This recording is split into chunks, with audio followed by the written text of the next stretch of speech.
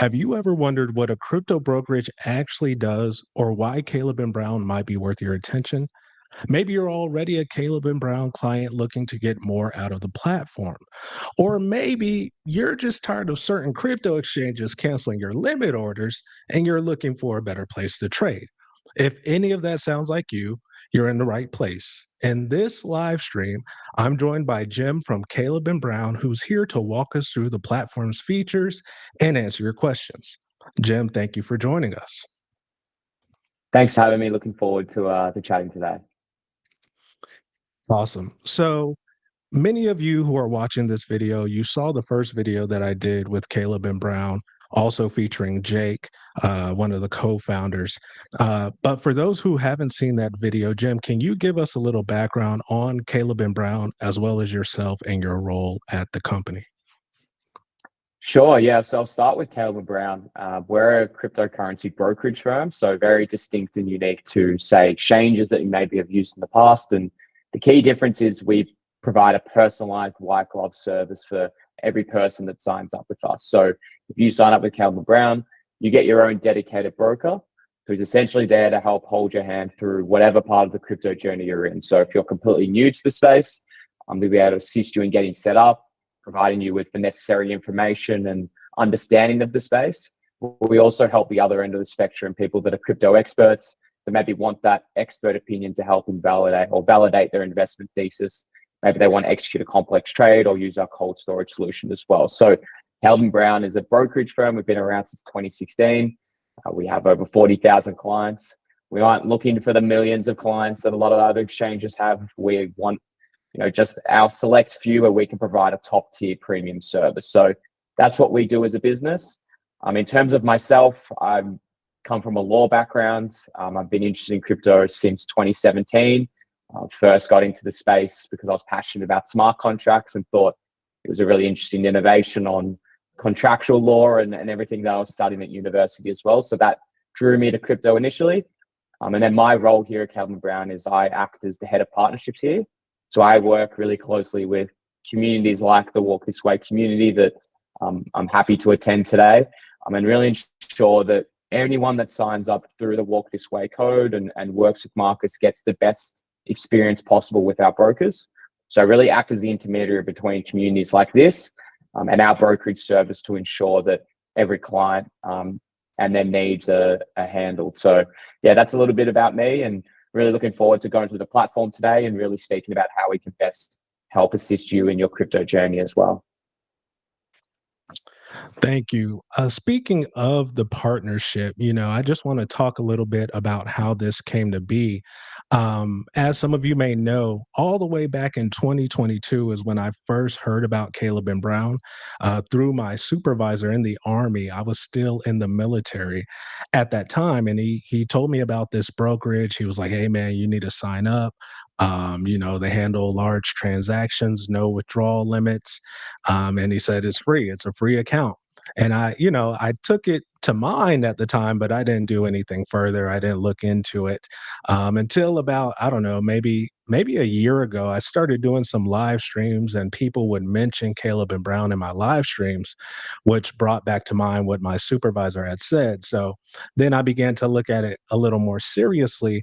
And eventually I wanted to set up an interview video with you all and just kind of ask you questions about the brokerage to kind of inform the community.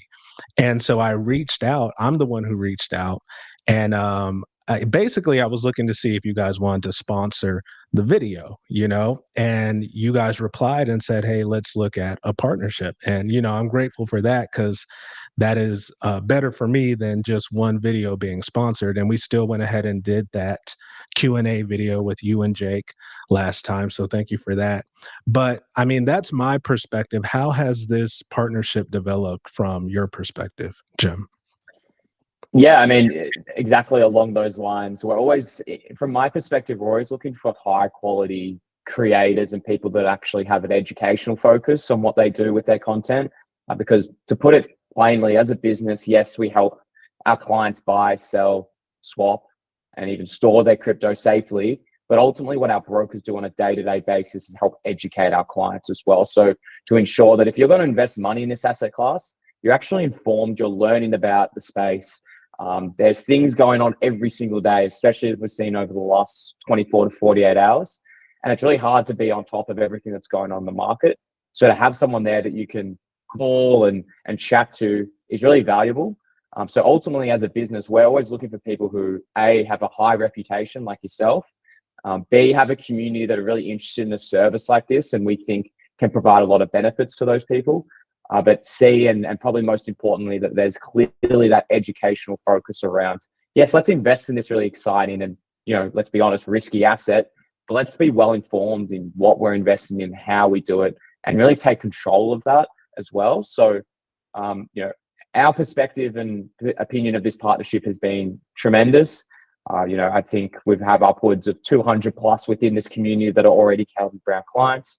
Hopefully today we'll provide a bit of guidance and reassurance for maybe a few that are on the fence, but also maybe for those people that have signed up but don't quite understand what service is or how to use the platform. We'll go through all of that today.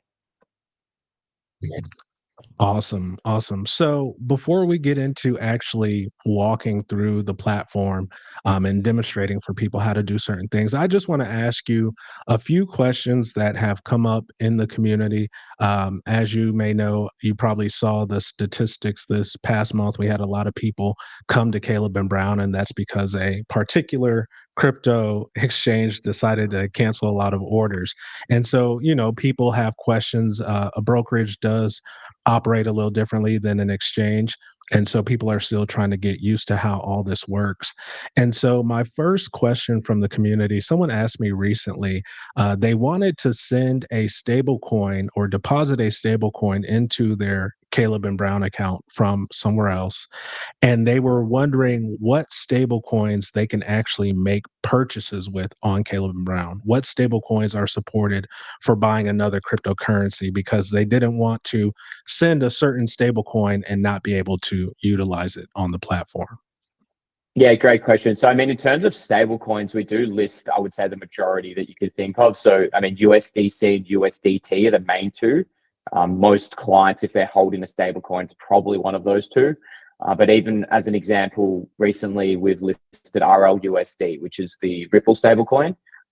There are quite a few other stablecoins we list, but I'd probably say they're the main three in terms of client requests.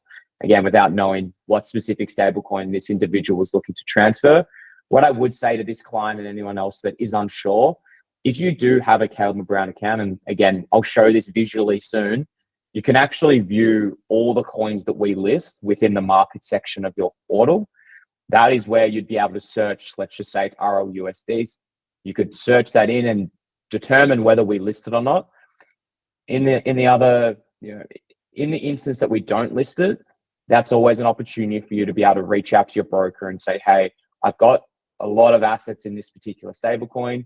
Could you potentially look at listing it? And we'll always go through the due diligence process of listing new assets. But what I would say is that if it's a stablecoin that you're holding, it's most likely that we already offer it.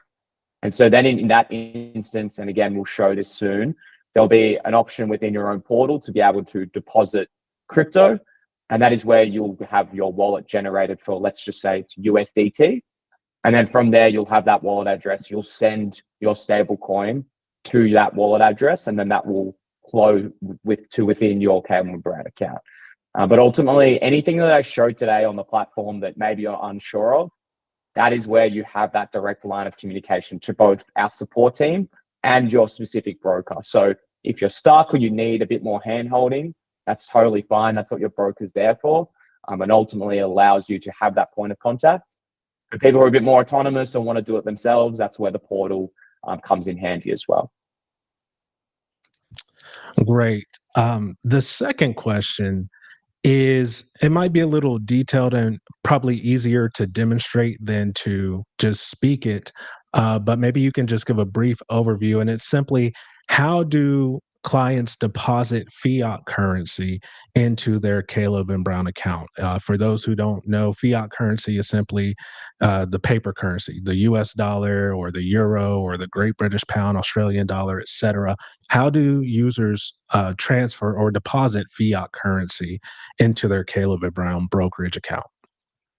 Yeah, so I mean, it depends on the currency, right? So we offer as a business Australian dollars, US dollars, the euro, British pounds, Canadian dollars as well.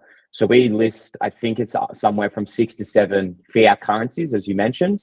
And depending on which one that you're hoping to transfer cash from, say, your bank account to Caleb& Brown, you'll select it within the deposit fiat section, which again, I'll show visually pretty soon here.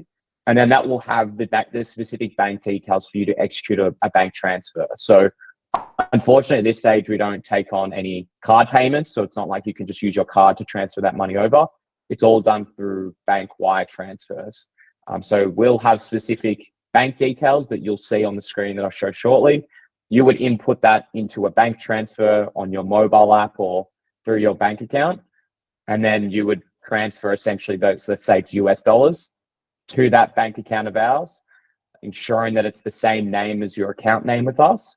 And then ultimately those funds would land into your Caleb& Brown account. So in that instance, let's say it takes a day or two, depending on the bank, and you decided to deposit $2,000 worth of US dollars, that US dollars would then hit your Caleb& Brown account.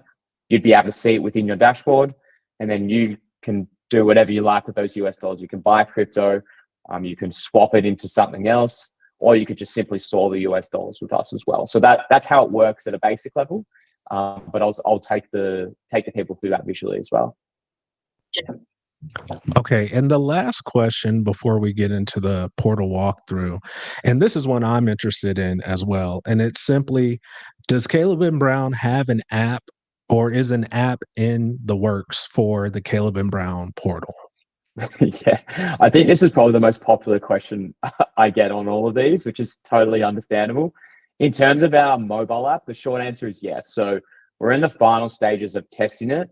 It'll be in the iOS store, so the Apple store, and then future state, down the line, once everything's set up on Apple, we'll have an Android version as well. But yes, that's in the final stages of testing, which means that we're literally giving access to specific clients who are executing trades, looking for bugs, because we want to ensure, much like everything that we do, that once it's released, it's at a high quality standard. So yes, I would say that our mobile app, I can't give a date on it, but definitely at some point throughout this year that will go live, and ensure that clients can access their accounts through their mobile app as well. Hey, so that's great news, everyone. An app is on the way. I know, it just makes it a little easier to do things on the go. And so next, we're going to move into the portal walkthrough. And as Jim kind of sets that up, he'll be sharing his screen. I just want to say hello to everyone in the live chat. We have JW Aldridge, thank you. Ekimini, thank you for your membership upgrade. Psalms, good day. Aaron Coles, Gloria, Tina, Michonne, Sissy V, hello to everyone. Thank you for being here. At the end of this, there will be a Q&A session, so please, any questions you may have, just put it in the chat, and those will be answered either during this demonstration or at the end of the live stream. All right, Jim, take it away. Perfect.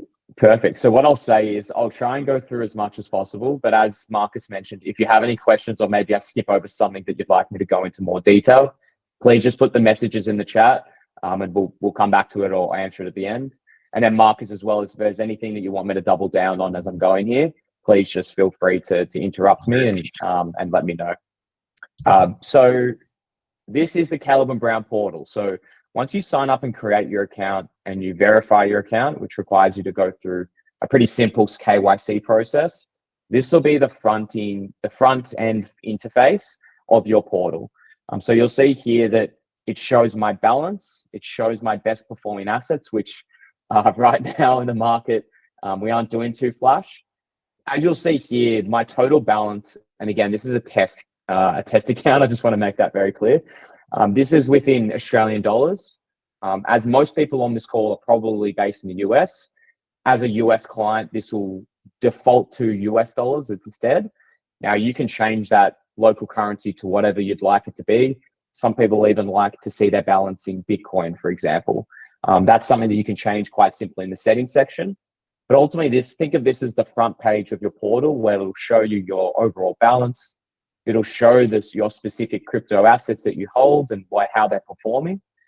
You'll also, as you'll probably notice here in the top left, this is where it's quite distinct and unique to a certain exchange or platform that you may have used before.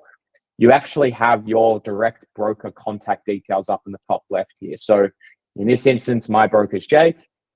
If I click on his little bubble, it gives me, okay, look, Jake's typically online at this time. If I wanted to give him a call, it shows his phone numbers, both internationally and Australian. So in this instance, if you're American, you would call his international number, which is toll free for American clients.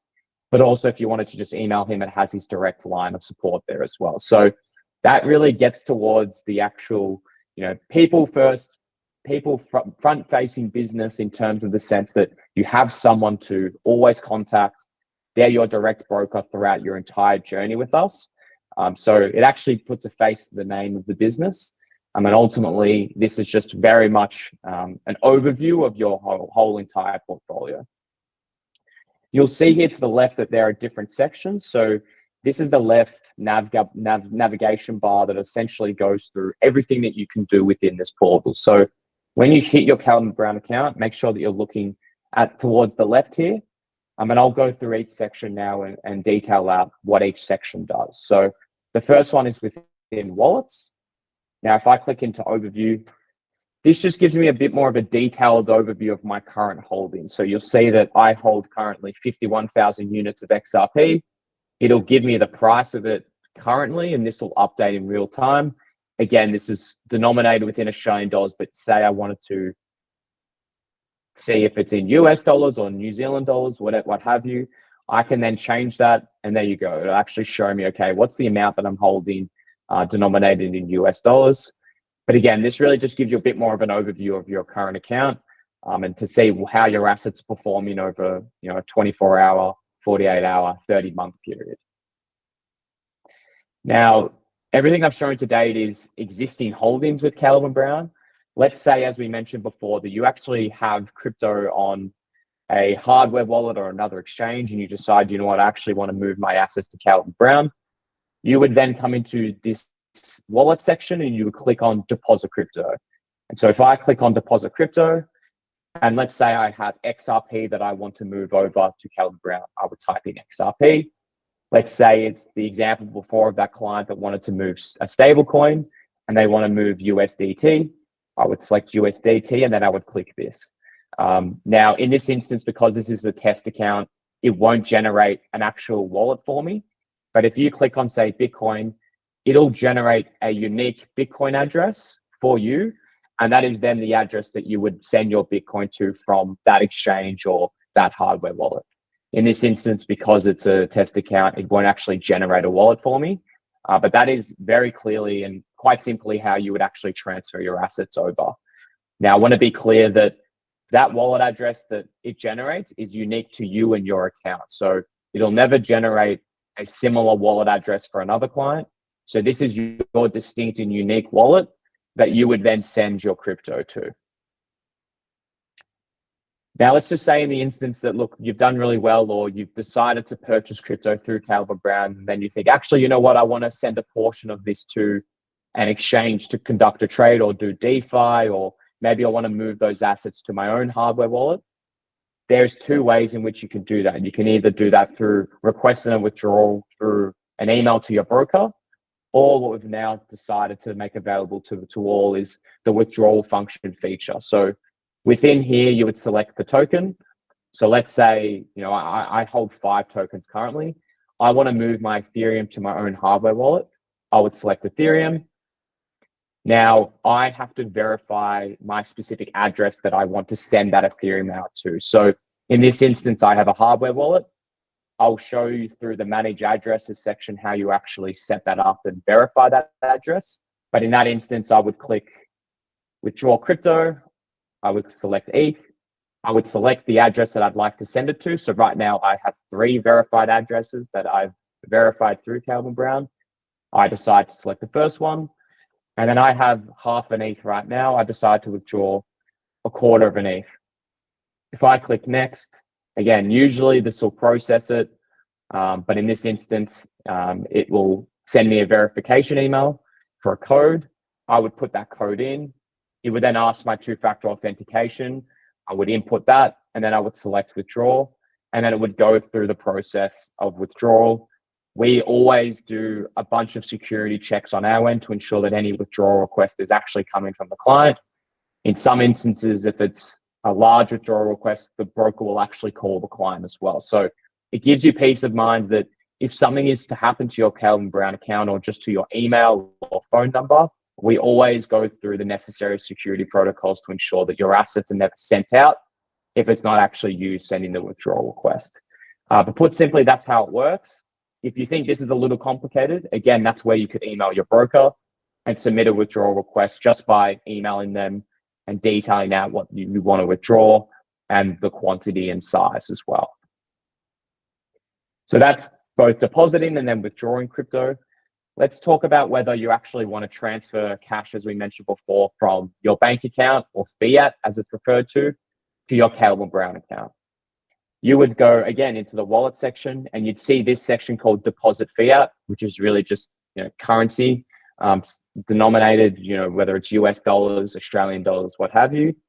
In this instance, as I believe most people on this call are probably based in the US, I'll select on US dollars, and then you'll see here the bank details. So as I mentioned before, these are the bank details that you would simply input into either your bank's mobile app or your bank's website. And when it comes time to transfer those US dollars into your Caleb&Brown account, you would copy these details. So the beneficiary account name, you could copy that to your clipboard and just copy it in.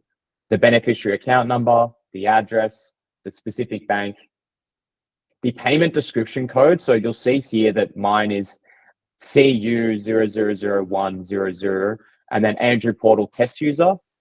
Now in this instance, you'll have your own CU number. So that's just simply your Caleb&Brown identifier. And then this will usually be your name. So in this instance, my account name is Andrew Portal test user. In another instance, it would have your first name and last name here. But again, that would go into the payment description code.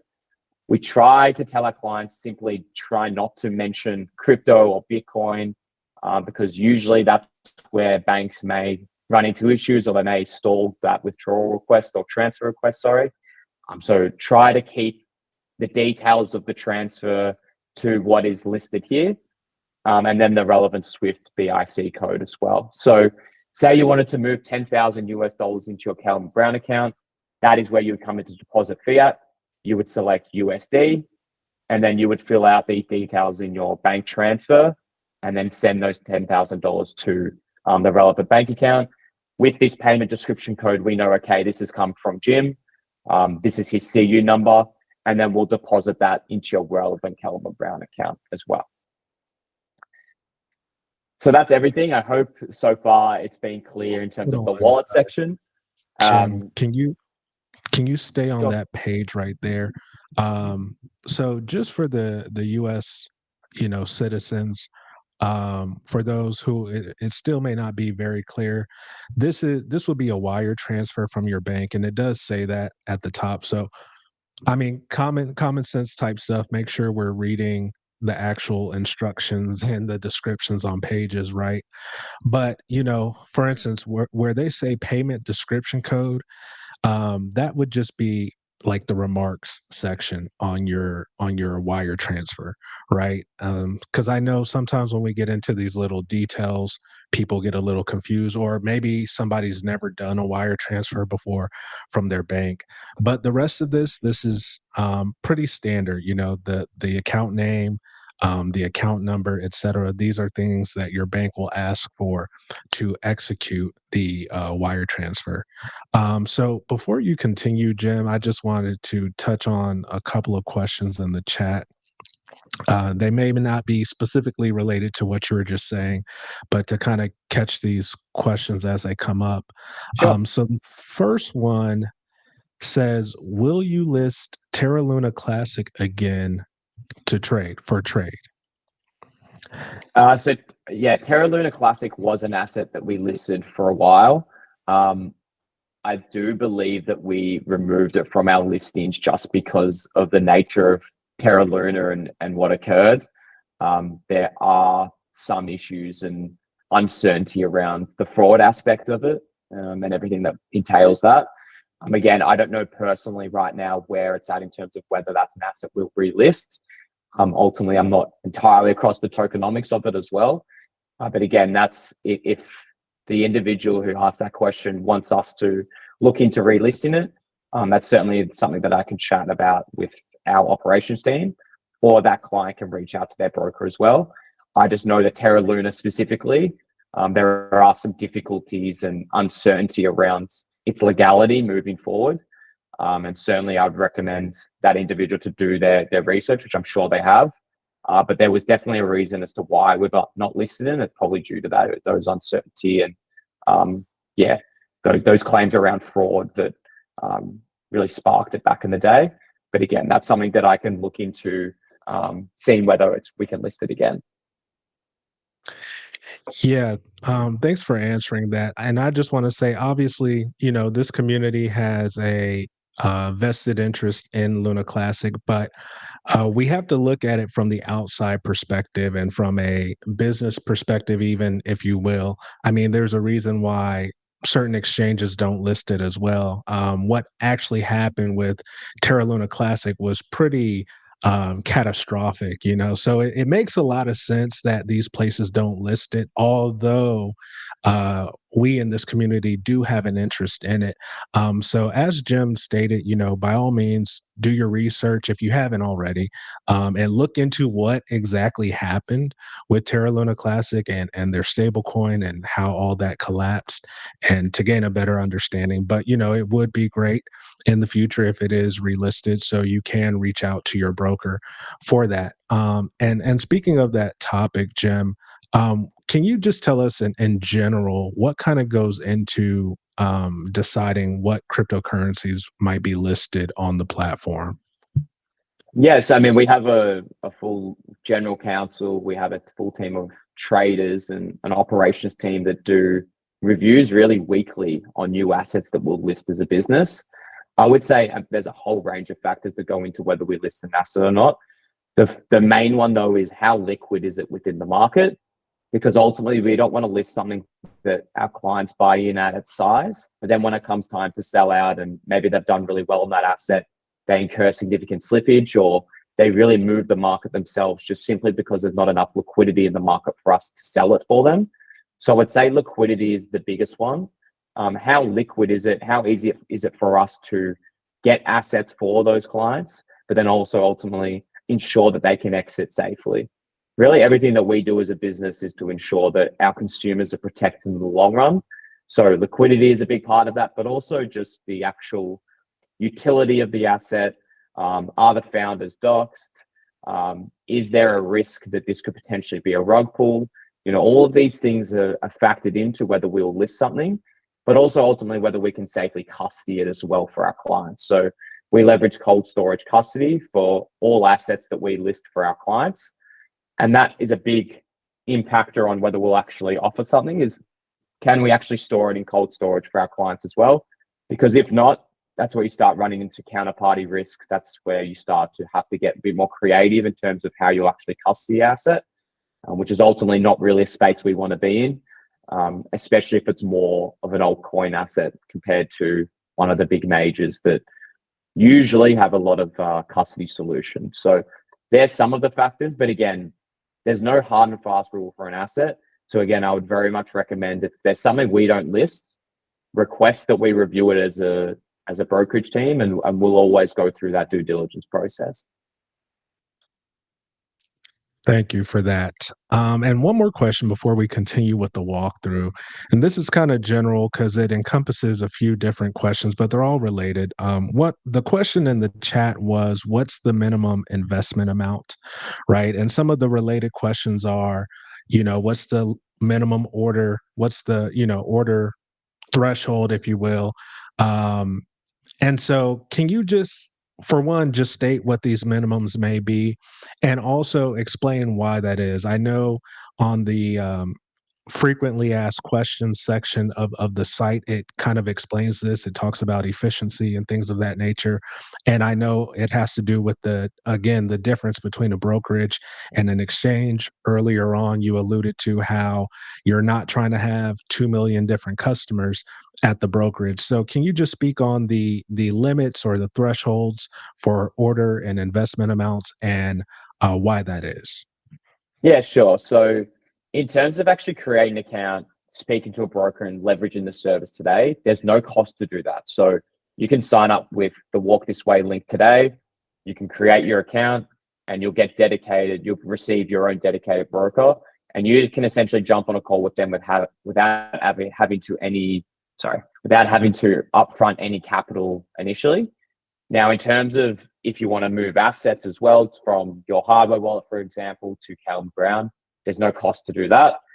Where there is a minimum cost or a minimum amount is at the trade time. So say you want to trade, say you move your assets to caleb&brown, but you decide, actually, I want to trade out of XRP to Bitcoin. There's a 500 USD minimum to do a trade with caleb&brown. So ultimately, that's our minimum. Now, if you're a new client, you want to test out the service, you're not 100% sure yet, we'll absolutely allow you to do test transactions. So especially for new clients, we'll allow you to do, say, $100 trade just to get your feet wet to see how the process works. But in most instances, that minimum is 500 USD. There are a few reasons for that. I mean, the main one is just that anything under 500, we're significantly losing money on the trade. Just by the nature of how our business operates and the brokerage model itself. So ultimately, that's really the main part of it. We do have and skew towards more of a personalized service, a white glove service for less amount of people in this space. So as I mentioned before, we aren't looking for millions of clients. We're looking to service the best, but also make sure that we can provide the best service for our clients. And so ultimately, our brokers have thousands of clients that they're constantly working through. So at times, we do need to set some sort of limit, which we think is fair at 500 USD, because anything lower than that, it's really difficult for the brokers to actually prioritize their time depending on the particular different types of clients. So as I mentioned, the 500 USD is the limit to get a trade done, but to ultimately use the service or to leverage our custody, for example, there's no fee or no charge for that. So I hope that answers the question. I think it does. I think it does. Thank you for that breakdown. And so hopefully now people have some insight, because that did seem to be somewhat of a sticking point for some people, because they're used to, going on an exchange and placing a $1 order. This is a little different with a brokerage, right? And one thing I want us to do is we all expect to become wealthy. We all expect to generate wealth through cryptocurrency. So we need to start thinking and operating and using the services that the wealthy do. And caleb&brown is one of those types of services. So if a $500 threshold is too much for you right now, completely understandable, especially for a buy order. But don't forget about that. When the time comes for you to have wealth, a service like this is going to be much more beneficial to you than trading on a brokerage, an over-the-counter service such as caleb&brown. So with that said, Jim, we can continue the walkthrough. I'm not sure if you were about to get into the trade process or the addresses, adding addresses to your account next. Yeah, so I'll just quickly finish up the wallet section. So manage addresses is simply, as I mentioned before, when it comes time to withdraw your assets to your own hardware wallet or wherever you want to withdraw your assets outside of the caleb&brown portal, you would come into this manage addresses section, because essentially we're not just going to send the assets to any random address. It needs to be one that you've verified with us that is actually yours. Again, that's part of the security protocols that we put in place to ensure that the wallet that we're sending assets to, if you're moving your assets from caleb&brown, is actually your wallet. So you'll see here, I have a whole bunch of different verified address wallets. Some are related to Ethereum, some related to Bitcoin. If I wanted to add a new address, this is where I've come into this section. I would select the specific asset. So let's say I have a Solana wallet. I don't currently hold Solana in this account, but I would input that here. I would put in the Solana wallet address here and I'd select next. And then from there, we have different ways in which we actually verify it. A lot of the time in this instance, we would send a very small portion of SOL to that wallet and then get you as the user to confirm what was the amount that we sent through to actually verify that's you that holds the wallet address, for example. So it's just more of a security procedure that we put in place to ultimately ensure that if we're withdrawing assets, it's going to a verified wallet of yours. So that's everything within the wallet section. I can't see the questions right now just because I'm sharing screen, but I can always go back. There's something in this wallet section that I didn't quite go over in more detail. There is a question related to the wallet section, and it was essentially, are there any plans to enable the feature that you may see on an exchange sometimes where you can add an address, you can add a label to an address. So you can actually name it so that, instead of looking at the address, the code there and having to verify that way, you can just see that easy to remember name that you gave to the address. There isn't, but that's a great product feature, and something that I'm literally going to take a note of right now, and I'll talk to our product team about building it. So that is also something that I have used in the past. So for example, I think what they're saying is, I have this Bitcoin address. This is my main Bitcoin wallet. So I would name this Jim's main Bitcoin wallet, for example, or for these 3 Ethereum wallet addresses, I'd have one that is maybe my hot wallet, one's my cold wallet, and one's just another random account. Being able to actually label these with those names can really help identify them. Unfortunately, that is not something we offer right now, but I'll certainly speak to our product team about building it. But that's a great suggestion. So thank you. Thank you. Thank you. And again, everyone, one of the main draws and main benefits to using a brokerage like Caleb and Brown is having that broker there to answer your questions. Obviously, we will answer as many questions as possible on the live stream. But don't forget, you always have your broker. A lot of times, like whether it be in the Discord server or something, it seems like people will come and ask a question to the community first about Caleb and Brown. And I'm thinking, like, did you ask your broker? That's what he's there for. Like, get your money's worth, But thank you for answering that, Jim. We can go ahead and move on to the next section. Perfect. Yeah, and I would definitely echo that sentiment that your broker is always there, especially via email. So you can always email your broker and you can expect a response regardless of the time of day. We also have a support team as well. So if it's more of an admin question that you don't really want to talk to your broker about, or maybe it's something to do related to your account, maybe you're having issues accessing it, you will have a 24/7 support team as well that's there to assist you. So never feel shy in terms of reaching out if you have issues or questions. That's literally what we're here for. We want to make sure that you have a seamless process when it comes to investing in crypto. So the next section is the trade section. So this is really where you decide to make some moves with your money. The first section is simply a trade feature. So you'll see that we try and make things as basic as possible and simple and easy to follow. So in this instance, the trade section is literally just where you can trade your assets either into crypto or in instances that say you've deposited US dollars into your account. This is where then you'd make a purchase of crypto with those US dollars. So in this instance, I hold 5 assets currently: XRP, HBAR, XLM, Bitcoin, and ETH. Let's say in this scenario, I actually want to transfer out my Ethereum. I don't think Ethereum is going to be a winner in this cycle. And I decide to transfer out half of it. So I hold, you'll see here, it shows your balance. So I hold half an ETH. I decide that actually I want to trade out half of my ETH into US dollars.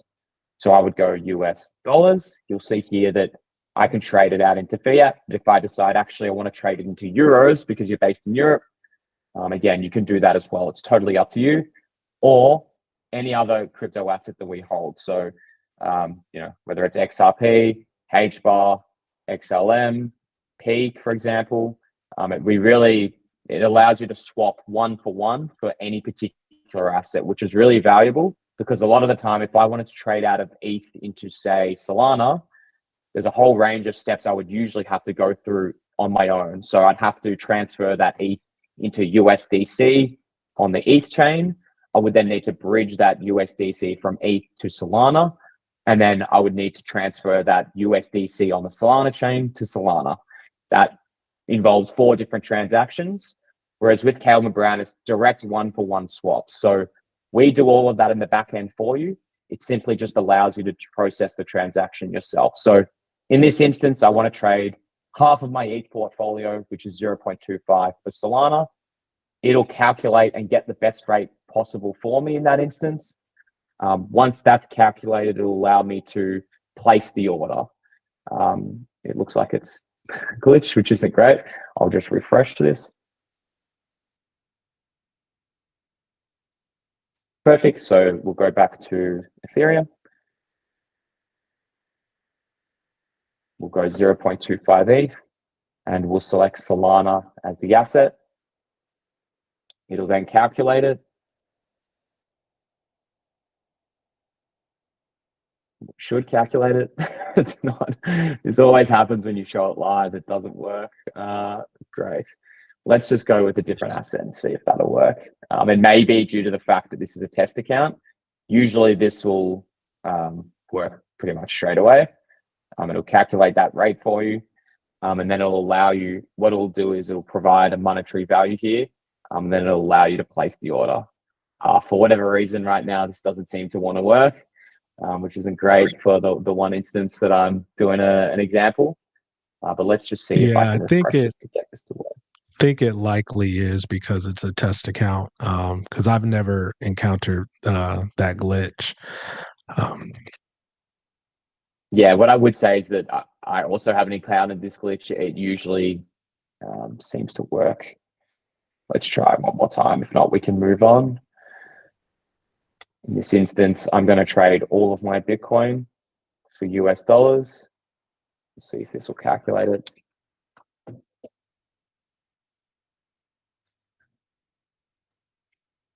Okay, I think we'll move on. But in that instance, what will usually happen is it'll calculate the price of half a Bitcoin into US dollars. It'll give you the rate and the amount that you can expect in that sale amount, and then you'll be able to place the order. You'll receive confirmation emails once the order's gone through, but ultimately these orders are processed, within 30 seconds to a minute. So you can process your transactions either through the portal, like we're showing here, or you can also email your broker to get a trade executed. So in this instance, if I wanted to trade out my full position of Bitcoin, I could come here, I could get the details of Jake's email. I would then send him an email that essentially says, "Hi, Jake, can you please process this sell order of all of my Bitcoin into US dollars?" And then Jake, on his end, would execute the trade on your behalf. So it gives you the optionality to either do the trade yourself within our portal, or if you'd like to do it through the broker, you can simply email your broker and they'll execute the trade for you as well. Great, so I'll move on to the next section. Unfortunately, for whatever reason, this just isn't working. It's probably just due to the nature of my account. The next section is target orders. So I know this is something that is a front of mind for most people in this community. Essentially, we allow target orders for any asset that you hold under management with us. It allows you to set either a sell order or a buy order. So let's say in this instance, I want to sell my XRP. I want to sell all of my units, but I think ultimately I want to hold this for the long term. I think it's going to appreciate quite strongly in price. I'll select US dollars as the price amount, and I think it's going to hit $10. So I'm going to set that at $10. And so what this essentially means is, please set a target order to sell all of my units of XRP, which is 51,000, only once the price is at $10 USD. It'll also give you the market price currently. So the market price is $2.40, 39 cents. It'll also give you, okay, my target is $7.61 away. It also gives you, okay, if it was to hit $10 and I was to sell out, what's my actually expected return on that? And you can see here, it's $510,000. I would then select next. Now, again, this probably won't work just simply because this is a test account. But in this instance, usually what will happen on the next page is it will actually give you the details of the limit or sell order, and then you'll confirm that order and it will be processed. And it will sit here. You'll be able to come into your target order section and ultimately see your target order here, and it will execute upon it hitting that price point. These aren't ever removed, so I know that's a pain point that a lot of you have experienced on other platforms. We won't remove these target orders. So you can simply set this yourself personally within the platform, or again, you can reach out to your broker. I think there are maximums, like if you're wanting to set 500 target orders, I think at that point, the broker will probably instruct you to the portal. But ultimately, it gives you the optionality to go either through the portal or your broker as well. Again, it's not working, which is a bit annoying. But that's really simply just because this is a test account. Are there any comments on this section before I move on to dollar cost average? Yeah, let me see if there's any questions. But I will say, I personally have placed multiple target orders, or as we generally call them, limit orders on Caleb and Brown without any issue whatsoever. Again, these glitches are likely because this is a test account. This is a dummy account. This is not a real account. But I've had no issues placing limit orders. I've placed multiple or target orders on Caleb and Brown. Let's see. Someone just asked, do you have a limit to how many target orders a person can set? I know you just mentioned, well, let me let you answer that. Yeah, so I mean, there are no limits. What I would say is that we have a lot of clients that would like the brokers to set them up for them, which is totally fine. Just from the perspective of the brokers, though, there's probably a maximum amount that they'll do themselves personally, just because it does take a lot of time to set them all up. And ideally, if the client can do it themselves through the portal, that's usually where we'll instruct them. But certainly, there's no limit on the portal in terms of how many you want to set.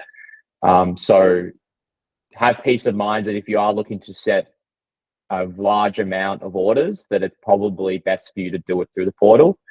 Ultimately, the broker can assist.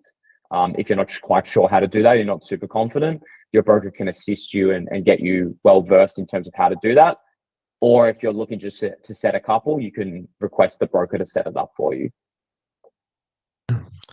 Great. And before I ask a couple more questions about this section, can you just speak on the difference between using the portal for an order versus using your broker? Because a complaint I've heard a couple of times is, for one specific instance, somebody emailed their broker, said they wanted to buy XRP, right?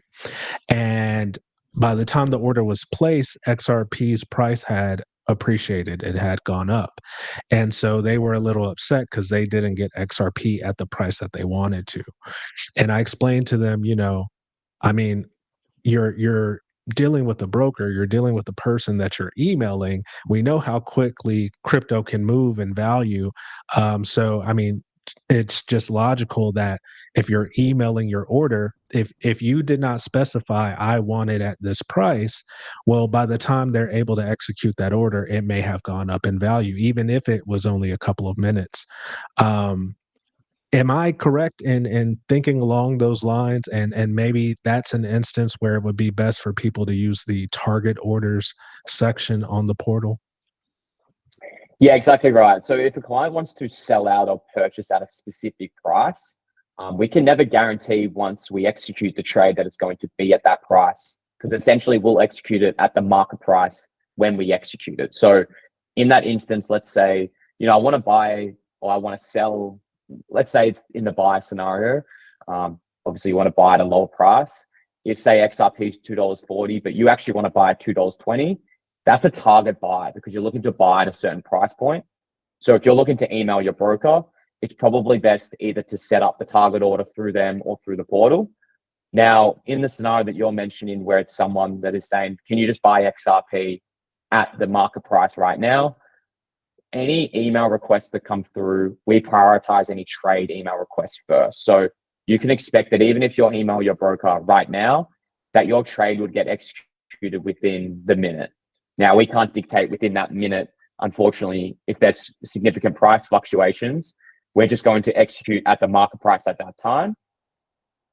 Now, on the portal, it's similar in the sense that once you execute the trade, it's a bit more, confirmed that the rate that you'll get, but ultimately the trade will probably get executed quicker through the portal versus the broker, just because the broker then has to manually do it themselves.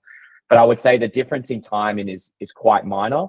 But ultimately, we will just purchase at the market price and the best price we can get within the market at that specific time that the trade is requested.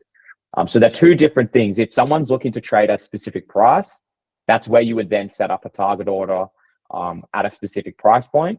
If you're just looking to buy in at a certain time, we'll execute it as quickly as possible, but also ensure we get the best rate. But you're right, sometimes things fluctuate really quickly, but ultimately we try and get the best rates possible for our clients. And because we leverage different liquidity pools, if the market price wildly increases or decreases within the space of a minute, we'll usually be able to find the best liquidity avenue that may be where the price hasn't moved as quickly or as much within that, say, 30-second to minute time period. So again, it's up to the preference of the client. Some always do trades through email. Some are now starting to use more of the portal. It totally is up to you and what works for you. Thank you for that insight. So hopefully that's increased the understanding of some people. You know, it's mainly two things. One, understanding the difference between order types. If you're emailing your broker saying, hey, I just want to make a purchase for this amount of dollars of XRP, that's a market order. You're just saying, hey, buy this now, which I've done a couple of times with my broker, Sean. I've said, hey, I want to buy this amount of SUI, and he just puts in the order. And I know, you know, whatever order I get, I mean, whatever price I get, that's the market price. You know, I'm not specifying, hey, I want it at this price, which you can do with your broker, but make sure you give that detail. Hey, I want to place a target order for XRP at this price, or SUI, or whatever the asset is. A couple of more questions related to this before we move on. Somebody asked, is there a fee for placing a sell limit order? So maybe you can just talk about the standard flat fee for the brokerage. Sure, yeah. So as a business, we charge a transparent flat fee. So that fee is 3.5%, and that's on buys, sells, and swaps. And that's the only fee that we charge. So there's no fee to speak to your broker, so you can speak to your broker as many times as you'd like. We don't charge any custody fees as well. But maybe most importantly, we don't charge any hidden costs. So some of the things that you'll see on other exchanges, especially around spreads and slippage, those things are really difficult to quantify and see on other platforms. And that can really impact the price that you actually get at the end of the day when you sell. So we don't charge any of those hidden costs. It's fully just a transparent flat fee. And we also don't charge anything like withdrawal fees or have withdrawal limits that we're starting to see become more and more common on other platforms. So it is just that 3.5%. Now, what I would say is if you're someone that trades at really high volume, so, you know, think 6 figures, 7 figures, that fee rate can be negotiable, because ultimately we want to make sure that you're getting the best rate possible or the most competitive rate. But what I would say for most interactions or transactions, it's at 3.5%. But there's no fee to actually get the sell limit order in place, right? So if we just look at this example of the one I set right now, I am looking to sell 0.25 Bitcoin, but only when Bitcoin hits 90K. Right now it's at 86K. So, you know, I'm nearly 4.5% away from the market value before we'll execute that trade. There's no fee for me to actually place this target. Now, if that Bitcoin does get to 90K and it executes this trade, then I will be charged that 3.5%. So I hope that makes sense. There's no fee to set up the target orders. So you can set up as many as you'd like. But if that target order actually executes, that's where then the fee will come into effect. So that's how it works. In this instance, if I did place target, this would actually place this target. This won't work in this instance just because of my account. But that's really how it works. Awesome. Thank you. I think we can move on with the demonstration. I also don't want to keep you too long, Jim. I don't know how busy of a day you have ahead of you. But we'll get to the questions at the end during the Q&A section, depending on how much time you have left.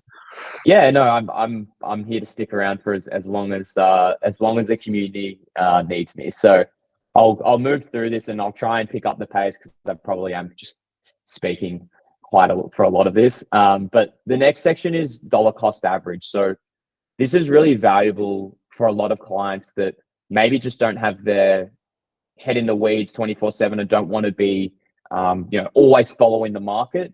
This gives you a really reliable way to consistently invest in an asset without dumping all of your assets in one go. So a lot of what we see in this space is people decide to buy crypto for the first time. They decide to buy XRP, and instead of actually doing that over a consistent period of time, say they have $10,000, they'll invest all of those $10,000 straight away. Which sounds great, but you're actually really liable to the price at that time. And it can mean that, especially in a volatile space like crypto, it doesn't allow you to invest over a longer period of time where it actually waits out that volatility and means that your cost per purchase is a lot less. So that's what DCAing allows. So DCAing essentially allows you to invest over a period of time at a specific frequency. So in this instance, let's just say I had some Fiat. Unfortunately, I don't have any right now. Unfortunately, this only allows you to invest through Fiat. We can't do DCAing between two different crypto assets. But let's just say I had Australian dollars and I wanted to buy $100 of Bitcoin each week, starting today, for example. I could set up a DCA strategy that will allow me to, or essentially automatically ensure that my account is purchasing $100 of Bitcoin for a week, but I can also set this to daily. So instead of me buying a big lump sum today, I'll buy $100 of Bitcoin each day, which ensures that over the long term, I get in a lower cost per purchase, and it helps reduce that effective volatility that we see in the crypto space. But again, a lot of our clients are starting to use more and more of DCA, and it'd almost be a hands-off approach for them. So that's dollar cost averaging, and that's everything within the transaction. I'll move on to transactions.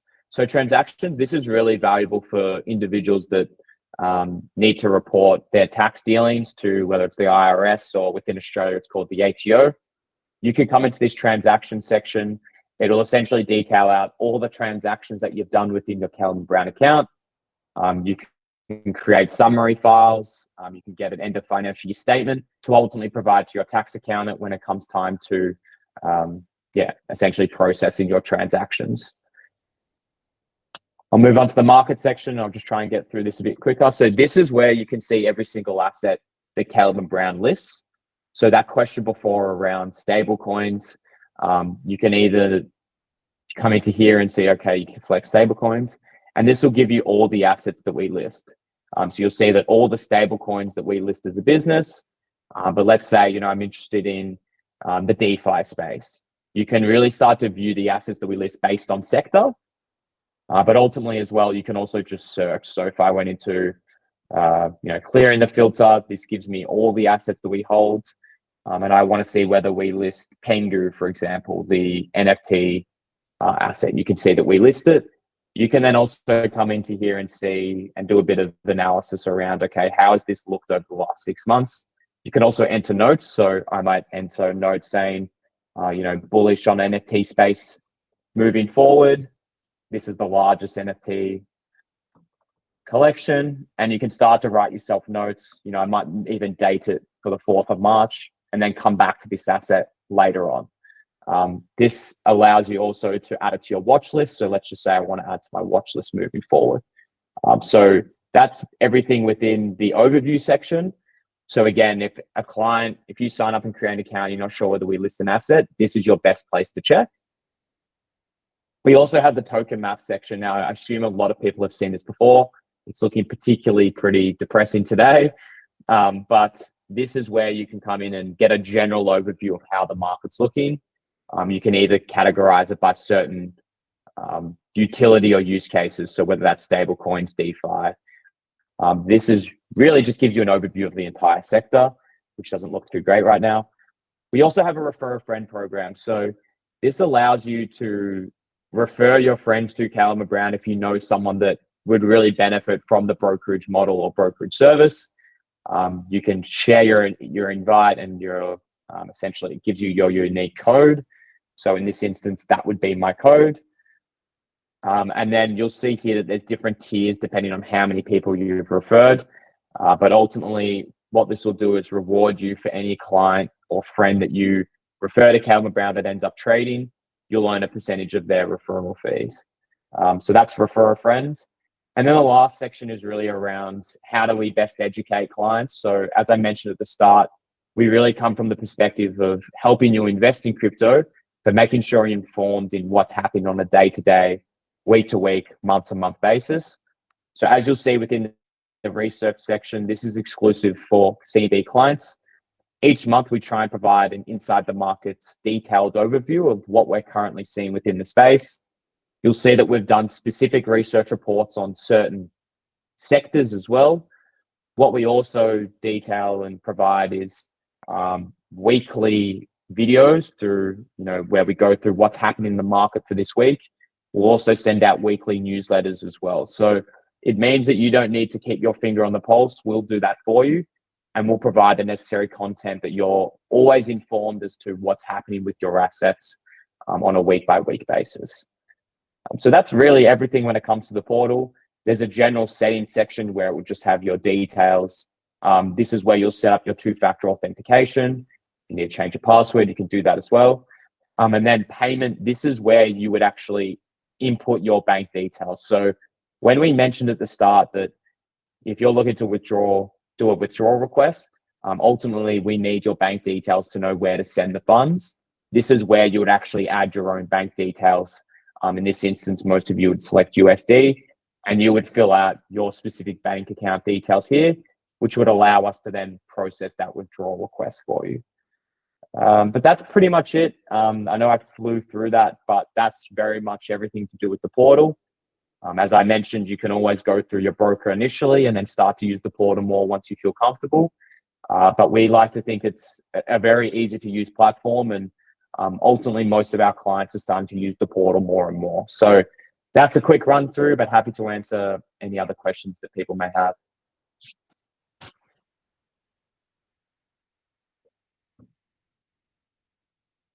Thank you for all of that. So before we move into the Q&A section, I want to highlight one thing about the token listings. And I just want to highlight that even even if something is listed, that doesn't necessarily mean you can trade it on Caleb&Brown. So if you actually click on an asset, it'll show you if you can buy, if you can sell, if you can deposit, or if you can withdraw it. So Terra Luna Classic, for instance, you see there's an X on the buy and an X on the deposit.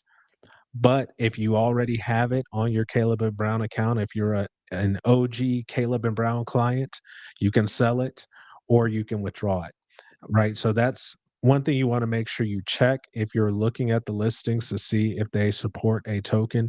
You want to click on it, go a little bit further, and see if everything, all the functions of that token are supported. Yeah, what I would say about that, Marcus, is that, I would say 95% of the assets that we list allows you to do all things related to it. So buying, selling, depositing, withdrawing. There are specific assets that you mentioned. Terra Luna's one where maybe we can't get the best liquidity for it in order to allow our clients to buy through us.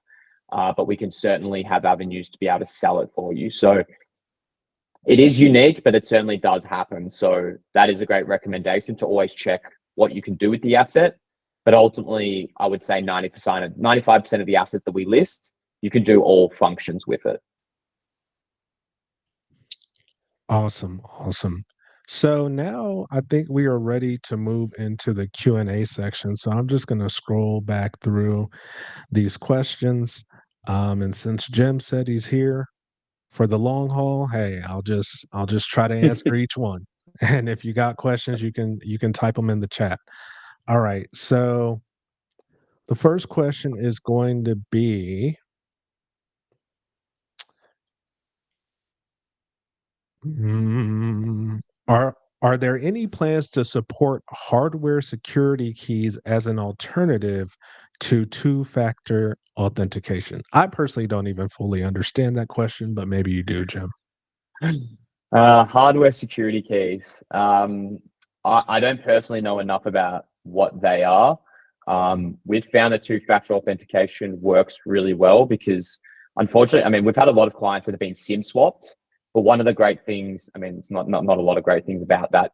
But one of the great things about two-factor authentication is if someone gets SIM swapped, they don't actually have access to your application. So we've had a lot of clients that have been SIM swapped. They've been able to access the caleb&brown portal, or they haven't actually been able to do that because of the two-factor authentication. So two-factor authentication has worked really well, but ultimately, I'm not sure who asked that question. If you can let me know or provide a few more details on what that would entail, I can certainly speak to our product team. We're always looking at ways to better secure our assets or provide security protocols for our customers when it comes to accessing their account. But as of right now, two-factor authentication is the main one, along with email verifications. Thank you. The next question from Joseph, the last question was also from Joseph. Joseph seems to be a technically minded individual. It says, when you request to amend an order through your broker, is the order first canceled? So Joseph, you're saying in the instance that you send an email to your broker, you decide, actually, I want to amend that order, and then you send them a follow-up email. I think that's what he means in that instance. It depends, right? If you've decided to execute a trade or request a trade and then decide to try and amend the order an hour later, in most instances, we don't allow for that, just simply because the trade's already been executed. In the instance that you decide to amend an order based on, say, a target order, it'll cancel that specific target order and we'll redo it for you, if that's what you mean. In the instance that you email, you decide, actually, I want to change my target request. If you email the broker in time, we'll ensure that the amended order is the one that get executed. But again, it just depends, right?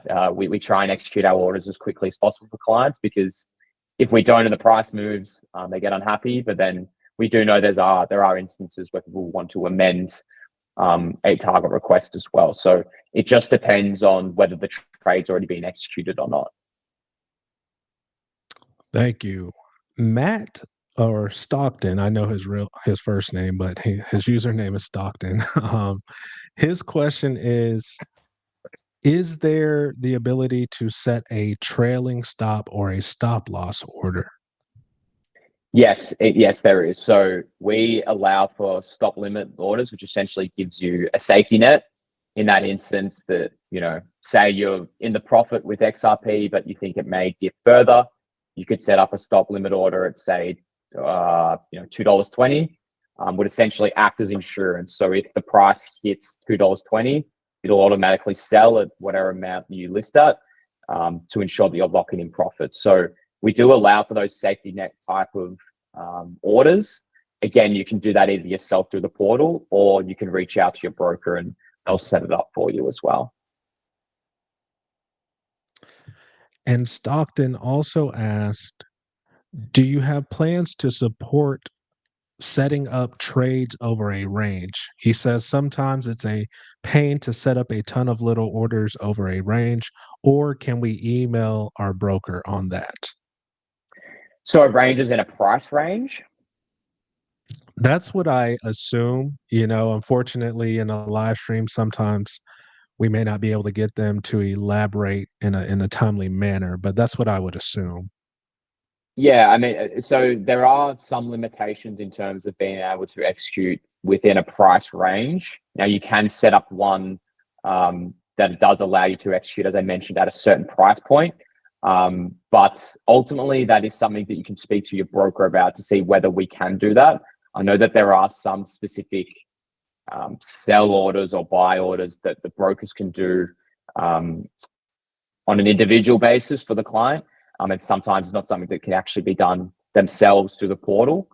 So ultimately, that's probably one I would reach out to your broker, just to determine whether that's something they can set up for you. If not, again, that's always something that we can look to try and build the functionality for in our portal if it's something that our clients need. So I would probably suggest in that instance to reach out to your broker just to get final confirmation on that. Thank you. I have a question from Jude, and he said, "Is there an affiliate code for you, Marcus? I had to set up my account before joining your community." Well, Jude, I'm glad you asked. Yes, there is an affiliate code for me. It is Walk This Way, all one word. But if you or anybody else set up your account before I became a partner and you'd like to fall under my affiliate code, all you have to do is email your broker. Now, you are able to do this one time. They don't want people jumping back and forth between affiliate partners. So you can email your broker one time, say, "Hey, I want to be under the Walk This Way affiliate code." And that will likely come with some benefits to you. You may recall recently, back in December, we did a trading fee discount on XRP specifically. So again, just email your broker, tell them Walk This Way, and they will move you under my affiliate code. Thank you, Jude. Let's see. KS says, "I need you guys to come back to the UK." So Uh, one thing I've told my community, both New York and the UK are the most restrictive places on the planet when it comes to, financial regulations. And so, some people take it as Caleb and Brown doesn't want to service people in the UK or New York. And I know that's not the case. So do you have any comment on that, Jim? Yeah, so I mean, the first thing I'd say is I promise you that's not the case. We used to serve in the UK. I would say the UK, probably outside of the US and maybe one of the Asian markets, is one of the biggest for the crypto space. So, like as a business, it's not a great decision for us to have to exit that market. It's purely due to just the fact that we want to continue to operate legally, but do so within the relevant regulatory framework that makes sense best for us. So the UK, what I would say is that we are definitely looking to prioritize ways in which we can continue to operate and do so safely there. That's probably more likely to be the case that we'll open up our services to the UK again than New York, just due to the bit licensing requirements within New York is incredibly onerous. But as a legal counsel and as a compliance team that we have here, ultimately we're looking to potentially set up an office here in the US pretty soon.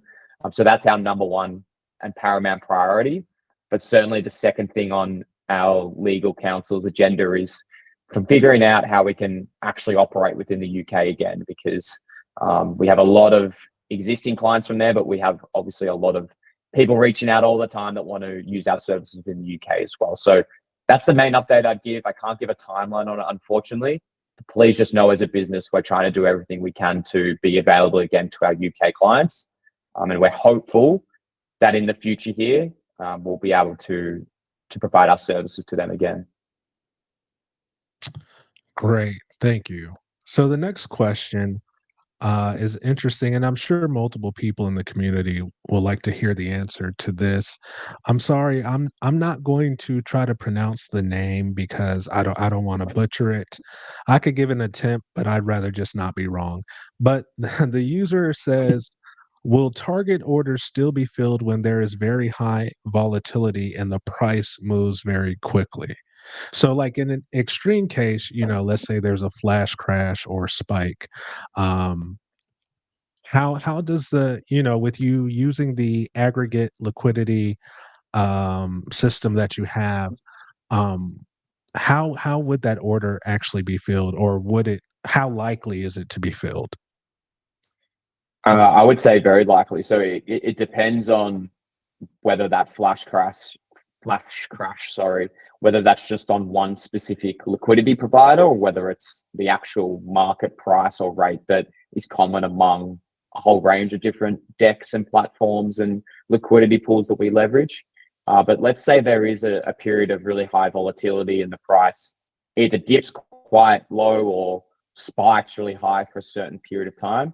If it hits your price point, and it's an asset that we can get at that price point within the market, we'll look to execute it at that price. So again, you can never give certainties when it comes to flash crashes or quick spikes in the charts. But because we leverage and pull liquidity from a whole range of different sources, we'll ultimately look to execute it at that price that it currently is within the market. So rest assured, if the price does appreciate really quickly or depreciates and it hits your price point, in most instances, it will execute at that price. Awesome. That is great to know. I know I've spoken to some people outside of, well, not out in the community, who also make videos, and they believe Caleb and Brown is actually more likely to be able to fill an order in that situation than an exchange would. So I think Jim's answer may kind of reassure some of you when it comes to setting limit orders on Caleb and Brown versus somewhere else. The next question comes from Psalms, and she says, "What about doing an outgoing wire transfer to your bank account and it's on the weekend that you are requesting the wire to go out? Does the wire go out on that day or the next business day?" So on our end, we're a 24/7 business. So we would process the withdrawal and the bank transfer on our end that day.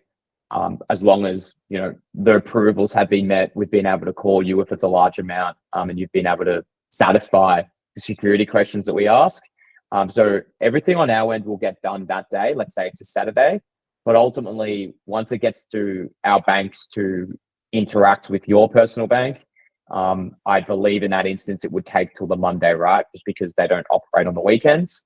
But everything in terms of our end, in terms of how we'll process it, we will get that done on that day. It's then up to the banks to be able to process the transaction themselves. Sometimes we are beholden to the timelines and delays that we often experience with banks. But again, that's part of the personalized service that, say it has taken a couple of days, you're not quite sure where your withdrawal request is at, you actually have someone that you can speak to. You can call your broker to get an update on how it's going. And we can always chase that up and follow that up with the banks. We usually find that the banks are not the greatest communicators when it comes to this kind of stuff. But again, you'll still have someone there that will manage that withdrawal to ensure it safely goes to your relevant bank account. Awesome. Now, a related question from Callie Armour, and I'm going to kind of rephrase what he's saying, because he originally asked about the $500 order threshold, which I answered in the chat. And essentially, he's then asking, okay, so to sell at least $500 worth of a particular asset that he's thinking of, that would be like over a billion tokens of that asset. So I guess the way I want to rephrase this question is, for one, on an exchange, a lot of exchanges, when you set a limit order, they will do partial fills. Does Caleb and Brown do partial fills? And whether they do or don't, if there's an order for a large amount of tokens for a particular asset, does that get in the way of that order being filled? So I might need a bit more explanation on what you mean by partial fills, but certainly the second part of that question, it's just based on the market value of the asset. So let's say it's $1 billion of an asset that's at $500. If we have the capability and there's enough liquidity in the market for us to sell it, which you'll be able to know whether that's the case, whether we list it or not, it's irregardless of the actual quantity amount of the token. So if it's 1 billion tokens to sell at 500 USD, that's fine. We can still process the transaction. And I want to be clear, look, if it's $10 below it, look, the brokers are here to ensure that we provide a service to you. So in that instance, if you're a couple dollars short or what have you, in most instances, the broker can still execute the trade for you. But ultimately, that it's just tied to the market value of the asset. So you don't need to worry about the quantity of the actual token itself. Yeah, what I meant by the partial fill, there's a particular exchange I use where if I set a limit order, um, I can look at the order, the pending order, and it'll show me the percentage of that order that has been filled. So, like, let's say if I have a large order, and it goes into their order book or whatever, they're able to fill a certain amount. They're able to match me up with a buyer. Let's say I'm selling with a buyer at that price, but they're selling a smaller quantity. I mean, they're Mm. buying a smaller quantity than what I'm selling. So they'll still execute that transaction.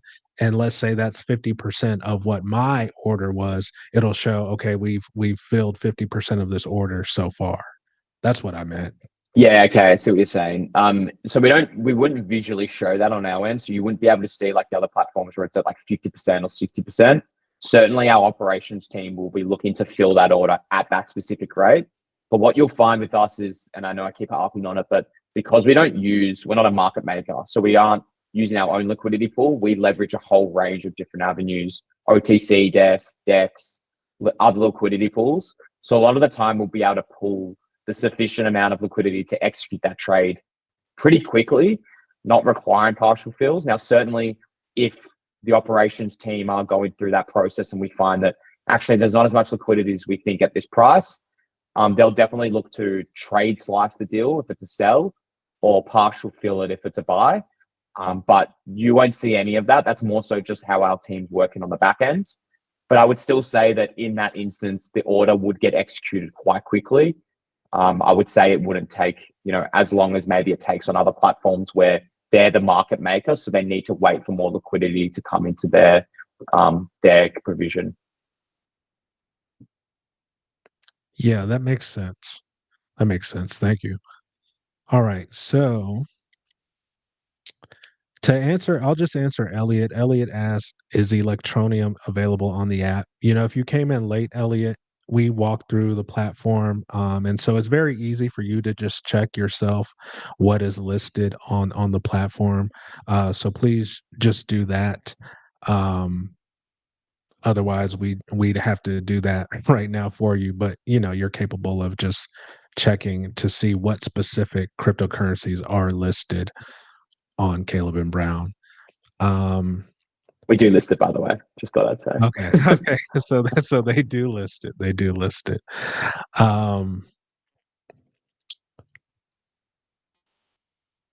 Cali Armor, no. The $500 is the threshold. I mean, I don't know how else to put that, for anybody, right? The $500 is the threshold.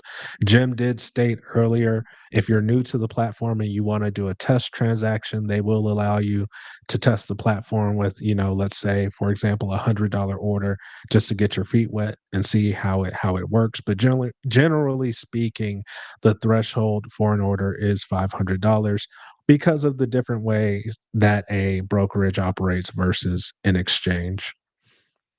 Tamiko asks, is Caleb and Brown registered with the Australian Securities and Investments Commission? And how does it protect US and other foreign investors from possible misconduct? Yeah, great question. So we're registered with AusTrack within Australia. We were in the first round of cryptocurrency brokerage applicants back in, when the business first started. So we are registered within Australia. And when it comes to the US, we have the relevant licensing. It depends on a state-by-state basis. So a lot of our licensing requirements will differ state by state. So ultimately, it depends on the state and what they require. But outside of New York, our head of compliance is in the US. Pretty much most of our compliance team is US based. So we're working with the relevant authorities in each state to ensure that we continue to uphold the relevant, regulatory requirements, business operations to ensure that we continue to operate. But as I mentioned, we've been around since 2016. But while we're an Australian business, I would say anywhere from 70 to 80% of our clients are US based. So we're by all means a US business, and we'll quite shortly have a US presence. So we're planning to have a US office established at some point this year as well, which would be really valuable for our US clients. But yeah, ultimately, as I mentioned, we have a compliance and risk and custody team here that are working really diligently on that to ensure that especially anything that changes from a regulatory perspective, which we're starting to see with Trump. We're at the forefront of those changes. Thank you. And speaking of, being Caleb and Brown being in the US, correct me if I'm wrong, Jim, but is Caleb and Brown sponsoring the XRP event in Las Vegas this year? Is it one of the sponsors? I believe you may Correct. have told me that. Yeah. So we'll be sponsoring XRP Vegas at the end of May. I'll actually be there personally, along with our CCO Jake. So I know we're determining whether you'll actually be able to attend, Marcus. But I know if anyone else is on the call that is planning to be there, we'll have a booth there. So please feel free to come by, say hello. We're happy to answer any questions about the service. But as a business, we're always looking to prioritize the US. I know that Andrew, who's one of our senior brokers, traveled around Florida last year, which you met yourself as well. So we've always got presence within the US, whether that's employees that work there, or if our main figureheads go to the US as well. So looking forward to XRP Vegas, and hopefully some of the people on the call will be attending. Yeah, I mean, hopefully I'll be able to make it out there and see you. I did meet with Andrew in December, and that was nice. But yeah, it would be nice to go out to XRP Vegas. Vegas is my favorite place I've ever lived, and not for all the crazy reasons you might think. I just I like the climate, and I just like the area. I genuinely enjoyed it. So it would be nice to be able to get out there. Funds uh willing, if my funds allow me to, I will definitely make my way out there. Before we close it up, there was one last question which has been answered in the live stream, but I assume they came late. This is from George Perez. He essentially said, will you be opening up to New Yorkers anytime soon? And earlier, we just discussed how the licensing requirements are very stringent in New York and in the UK, which is why Caleb and Brown doesn't operate there um, right at the moment, but there are definitely plans for them to be there. They want to be there. There's not a time frame set at the moment, but as soon as that's possible, Caleb and Brown will be operating in those areas. So, Jim, thank you for being here. Thank you for joining us, taking the time to walk us through the portal and answer all these questions. Do you have any final comments before I let you go? No, I would just say thank you for having me on. It's been a pleasure. I've just typed in my email in the chat as well. So if there are any questions I didn't go through today that you'd like more guidance on, please feel free to reach out to me. And yeah, if you're looking to sign up, please make sure you use Marcus's link. It allows us to track that you've actually come from this community and ensures that we'll actually prioritize you over any other signups. But ultimately, really enjoyed our chat today.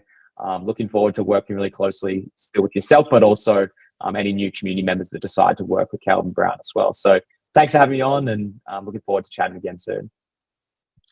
Yes, thank you, Jim. And before you go, I don't think your email address showed up in the chat. YouTube does have their kind of ways about hiding certain comments that may be spam. So if you could just speak it out loud, what your email address is. Sure. Yeah. So my email address is jim@calebandbrown.com. So Jim at Caleb and Brown, so AND Brown.com. All right. Thank you, Jim. Thank you for being here. And as Jim said, use my link in the description. It's pinned in the live chat, and I will place it in the pinned comment down below during the replay. Thank you all for being here for the live stream. Thank you for your questions. And as always, be blessed. Talk to you later. All righty. Perfect. All Thanks for right. that.